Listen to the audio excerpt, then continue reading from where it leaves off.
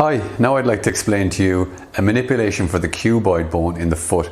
This is an effective manipulation and can really help with a painful foot if the cuboid is restricted, because the cuboid is surrounded by so many bones. It's a locking mechanism of the foot, so if we can adjust it when it's appropriate, it can be a game changer.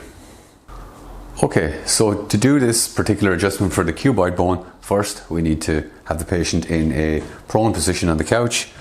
We will locate the cuboid, and how I locate the cuboid is I just take the fifth metatarsal and I'll work my way up until I get to the styloid process. That's the piece that sticks out here, and that's not the cuboid, that's the styloid process of the fifth metatarsal.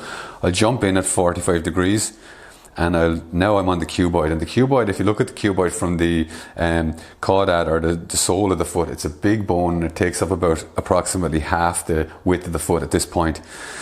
So with the cuboid, what it tends to lose is not so much AP, like anterior posterior, but because it's a modified saddle joint, there's a little bit of rotation in it, so it tends to lose rotation.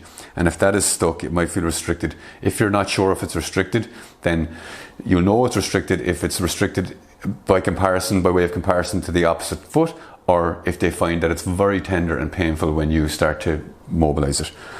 So what I'll do then here is I'll place my thumb of my opposite hand in onto the cuboid like that, because that's going to be my thrusting thumb. I'm thrusting in the line of the joint, which is about 45 degrees towards the outside of the couch. I'm wrapping the palm of my hand around the metatarsals like so. I am plantar flexing the metatarsals, not the ankle. So I'm plantar flexing the metatarsals and inverting the foot to lock up everything here. Okay, so it's plantar flexion of the metatarsals, not the ankle, and inversion of the foot. The thrust here is more of a thrust into plantar flexion of the foot, and it's a whip as opposed to plantar flexion of the ankle. If you plantar flex the ankle or the knee joint, you won't get a manipulation. The forces will not accumulate. Okay, so like this. Not much of a movement.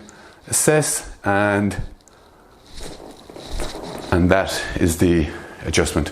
So that, everybody, is a manipulation for the cuboid bone in the foot, and is usually very effective manipulation.